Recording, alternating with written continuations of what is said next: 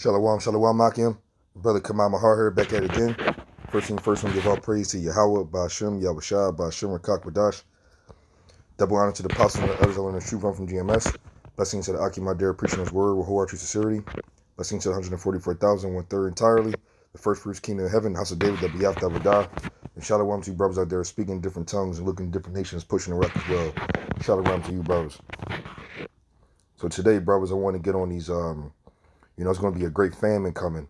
I got this YouTube clip right here regarding the stores being like shelves being really empty, and I can actually attest to that too. In here in Philadelphia, I have seen a couple of stores as well doing the same thing. What they were doing is I got hip to a tip.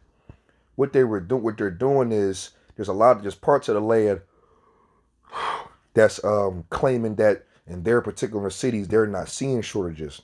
So then as the research was going on, turns out that could be the case in specific areas where it can make a person naive because their shopping markets look pretty normal. But then again, the tip was that they were moving items around to make it look like it was full, but it's really not. Like it might be a whole shelf of just sour cream and onion chips. So you would think it's a whole bunch of chips on deck, but it's really not. They're separate. They're spreading out the items to fill in the blank spots, and pretty good way to confuse the people. And I have seen it. 11:44 as well. I have seen it. So I've been to a couple stores where I've seen the shelves being pretty empty. So it's happening. This food shortage is real. It's happening, and I guess as weeks go on by, it's gonna get worse and worse and worse. And I just heard, I just seen a video where truckers are actually, not moving. They're not trying to go nowhere. I think there's a trucker strike coming, I believe. I could be wrong about that, but I did see a video on how the truckers who transport items to markets and things of that nature, they're in a situation where they're like, refusing, I believe, or just something is going on where they're not driving to locations. They're like, they're at halt right now, and also can contribute to the shortages. So I'm gonna play this clip real quick. I'm gonna bring some precepts. Okay, I'm gonna go expand it open. Yeah, like this. See this.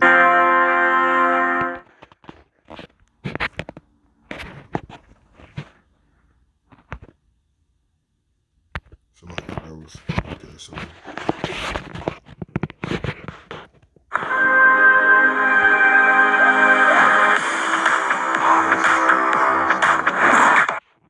About to see a potential.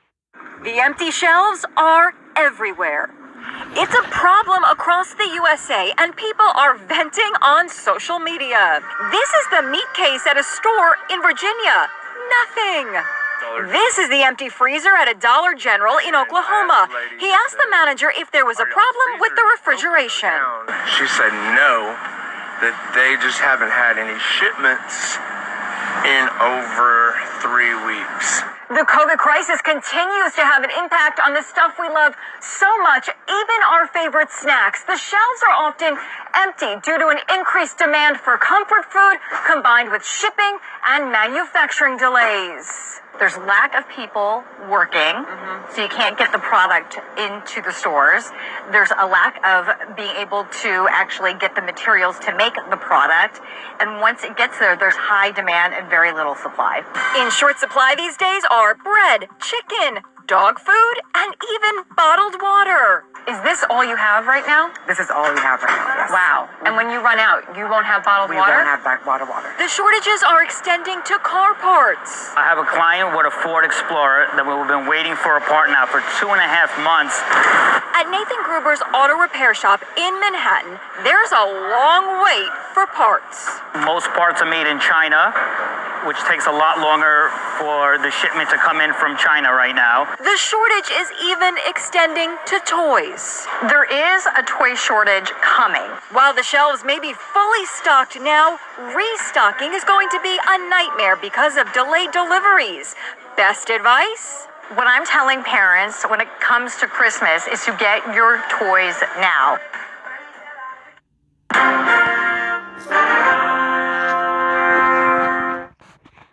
Now, through the spirit, brothers, you know, in the spirit of power, Yahawashi, I mean, kill that damn Christmas bullshit. You know what I mean? Hopefully, there is no Christmas going on for nobody and just doesn't work out.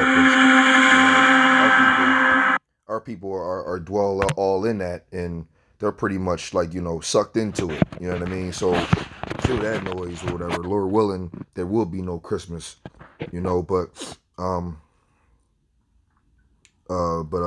that's that video right there. So a lot of those shells that I was able to show, I have seen that in some stores that I go into on a normal basis as well. It could be, they were talking about bread, bottled water. I even see it from fragrances. You might see it from let me see, candy or like I seen chips, dog food. I could see that stuff like that. But it's coming on a larger scale as well. I believe it's the last thing I seen. Bottled water for sure. I know I had one in mind.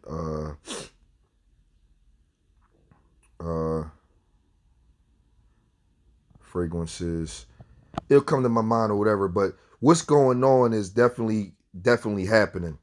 I'm seeing now in my market I've been to, I haven't really seen the meat shortages, but I know that's going on around the nation like crazy. So I'm one of those ones, and for where I particularly go and shop, there is still pretty much, I would say, somewhat plenteous or whatever or what you have you, but the shortages are coming, and that's also a prophecy that the Lord said He's going to bring a famine into this world, in this land, especially in Babylon, and people going to really die of hunger, man. There's going to be a lot of hunger pains and a lot of people dying from no food, man, and that's going to cause a sedition among men. It's a video within itself, but this famine is nothing to play with, man. And like brothers would say, and I'm agree, yo, I rather shit, man. As far as a death selection, it's better to get shot than die from famine. Straight up. Like, now it's better to get shot than stabbed, but even so, hey, you know, it's better to die in that moment rather than dying of hunger, because that's a gradual situation, and hunger pains is nothing to play with. You know, if you die by famine, that's a horrible, horrible death. It really is. Let me go to, what's this? I go to Jeremiah 11 and 22. It says, therefore, thus saith the Lord Yahawashi of hosts, behold, I will punish them. The young men shall die by the sword, and their sons and their daughters shall die by famine. Right? That's a lack of bread, man. I'm telling you, man, that saying where your stomach touching your back, people gonna know what that is, man. They gonna look like, you know, Ethiopians or whatever part of Africa that is, when you be seeing them kids on the news or on the little commercials, and they're super skinny with flies hanging around them and all like that. Yeah, that's coming, bro. That's coming, brothers. That's coming to Babylon, and we gonna see that on people. You know what I mean? That's going to really, and Lord willing, that we can be a part of that number where the Lord protects us, man, because I'm going to get in Isaiah 65, you know, but hey, man, it's coming on a large scale, and that's going to happen. Look, at the time frame of famine, that murder rate is going to be uncontrollable. Like, it's going to be death on so many sides. It's not even fair. Ezekiel 7 and 15, it says, the sword is without, and the pestilence and the famine within. He that is in the field shall die by the sword, and he that is in the city, famine and pestilence shall devour them. It says the famine and the pestilence shall devour them. I mean, it's going to be on a large scale. Like, listen, when you dealing with hunger and when you dealing with famine, you looking at like, listen, you might even see a piece of a Snickers bar like this big, opened up and everything, been chewed on and everything, the moral and the cleansing standard is going to go out the window. It can even be near a piece of shit or something. It's not going to matter. Somebody's going to be so hungry, they're going to see a piece of a Snicker next to shit and going to knock it down like you have never seen. They're going to eat it like as if it was a steak dinner. I'm telling you, man. And you know, Yahawashi is a terrible power. So like, when the Lord put judgment down on that level, when it come to prophecy, it's going to be something real fucking crazy. Because you're going to see strong men begging. You're going to see strong men or weak men killing strong men. Like, yo, it's not going to be no level of equalness there. It's going to be, everybody's going to be just as power as another. Depending on if you have a sword, you know what I mean, or the modern day sword, the gun. Unless you have a gun or something, and at the moment you was able to. And shit, you know what? And even if you got a gun at somebody's head, they're going to be so goddamn hungry, they're going to eat it anyway and take that bullet risk. They're going to have this, they're going to have some chips in their hand. Somebody going to say, give me them chips right now. And they're going to be so damn hungry, they still going to go for the risk to eat it before you get to shoot them. And then you probably still shoot them, but you still didn't get the food though. Yo, it's going to be terrible as shit, man, when it comes to famine. And I'm meditating on famine. It's like, oh shit, you know, on a low level, we got these terrestrial bodies, so we get hungry, all the brothers get hungry, and everybody does. And so, you know what it feels like to, really, really be hungry on a normal level. Like right now, like you normally hungry and you can just get up and go get something to eat real quick. That's cool. But we know what it feels like to be normally hungry and then might even stretch out a little past the bar, like being really hungry, and maybe you have work or something. You don't get off your shift until 2.5 hours from now, but you already in hungry mode. Even in them 2.5 hours, there's going to be some symptoms going on with that. You got the frustration and they call it hangry. When you're hungry and angry at the same time, you get really irritated. Your tolerance level goes really, really low, and you start lacking patience, and also you start getting a little feisty towards other people, depending on what's being said or who you're around. And if you're driving in a car, a bump will irritate you. Like hunger symptoms are not cool. They're really not, man. You get those hungry headaches. You get a little headache or whatever. You start getting lack of fatigue. Your stomach starts growling with the like, yo. And that's only in like a typical 2.5 to 3 hours of waiting to get some food. And in them 3 hours, you're going to start to see the beginning stages of feeling like you want to act the fool a little bit.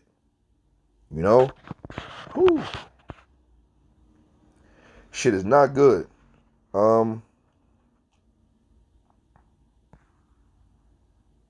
Matthew 24 and 7. It says, "For nation shall rise against nation." Well, I say this.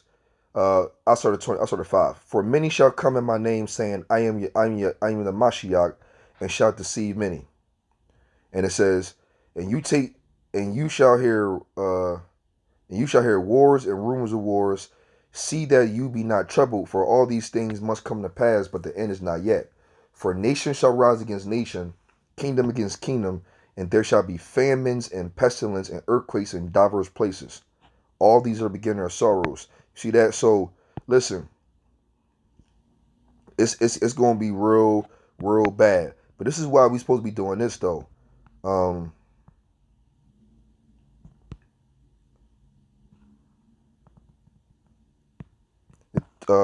Matthew 24 and 22. It says, "For then shall be a great tribulation, such as was not since the beginning of the world to this time, no, nor ever shall be. And except those days be shortened, there shall be no flesh to be saved, but the elect's sake those days shall be shortened." That's a beautiful thing, because the things that we're about to see on this famine level, we about to see some crazy shit. I mean, it even talks about in the scriptures that the people are going to be eating their children and going to be eating their own flesh. I believe that's second Esdras. That's crazy. Can you imagine being that hungry where you eat your own flesh. Wow. No, that's something to say oh shit about. Let me see, is it 58 or 48? It says, 2nd Esdras 15 and 58. I'll start at 57. Thy children shall die of hunger, and thou shalt fall through the sword. Thy city shall be broken down, and all thine shall perish with the sword in the field.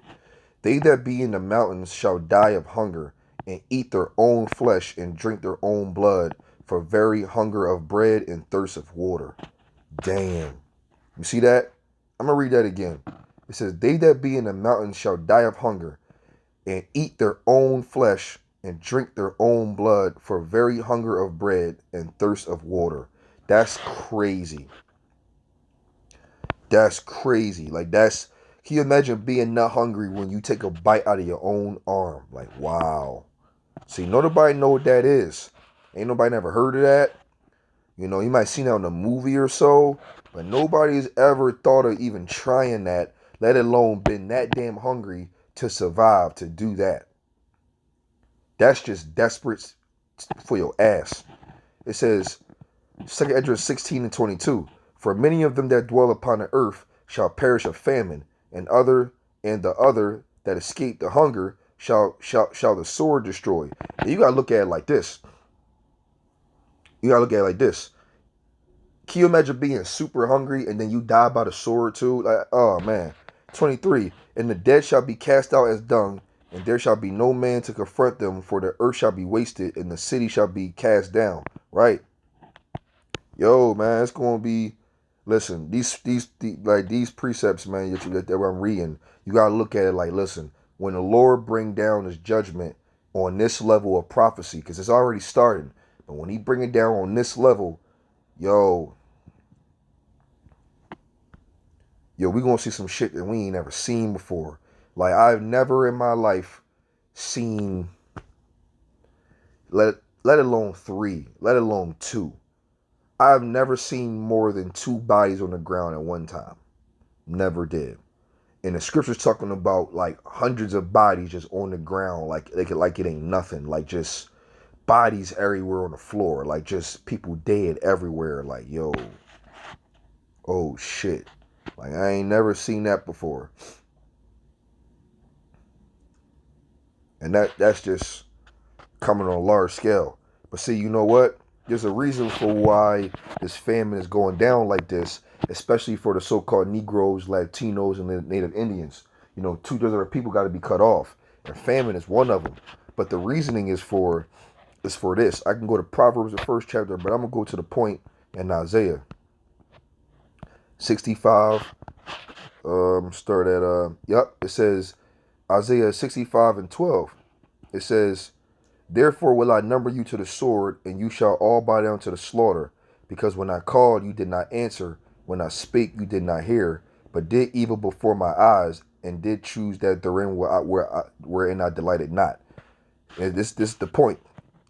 Therefore, thus saith the Yahawashi, behold, my servant shall eat. So there's going to be a time frame where famine is hitting on a large scale, and the men of the Lord who are faithful and sincere in His ministry are going to be eating very well. Very well. And there's going to be people outside of the men of the Lord that's going to be starving their asses off, but the men of the Lord are going to be eating. And it says, but you shall be hungry. Behold, my servant shall drink, but you shall be thirsty. And behold, my servant shall rejoice, but you shall be ashamed. Behold, my servant shall sing for joy of heart, but you shall cry for sorrow of heart, and howl for and shall howl for a vexation of spirit. You see that? That's the reason why. Because you did not want to listen to the words of Yahawashi, which are coming out on the hollows and hedges in these videos through the prophets and the servants, man. The prophets are the ones, are the Lord's mouthpiece. And if you are, forsaking His word, rebuking it away, if you're not trying to hear what we got to say, speaking specifically to the so-called Negroes, Latino, and Native Indians, you will be led to this famine, man. You will be led to the famine. Because right here in Job 5, hey, man, listen, I just brought up the servant's going to eat, right? Job 5 and 22. It says, At destruction and famine thou shalt laugh, neither shalt thou be afraid of the beasts of the field. For thou shalt be in league with the stones of the field, and the beasts of the field shall be at peace with thee. Right? Because we the ones keeping the word of Yahawashi. Matter of fact, Job 5 and 19.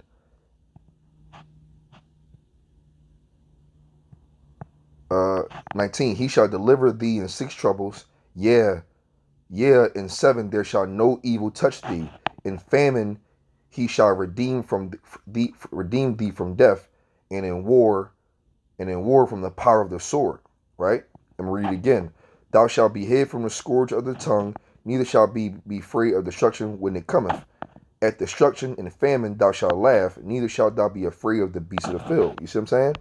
So when you keep in the words of Yahawashi and you doing what you're supposed to do, the Lord is going to definitely protect you. And during this famine, the Lord is going to allow you to eat and drink and marry. And hey, you know, there's going to be some rejoicing during this trouble. It's going to be rough, but hey, it's going to be some things going on because the Lord is not going to let his elect fall like the 2/3. It's not going down like that. They were set up and ordained since the time it began. You know what I mean? So, you know, with that, brothers, we'll give all praise to Yahawah, Bahasham, Yahawashi, Bahasham, qadash. I will write this out as edifying to you, brothers. Yahawah, he is to be, exists. Bahasham, the name, and the only begotten Son, the Lord and Savior. Yahawashi, Bahasham, the name. Bahasham, the name, and the Holy Spirit, qadash. Double honor to the apostles and elders on the true ref from GMS. Blessings to the Akima there preaching his word with wholehearted sincerity. Blessings to 144,000, 1/3 entirely. The first fruits kingdom of heaven. I said David that Biafta would die. And shalom to brothers out there speaking different tongues and looking different nations. Shalom, brothers.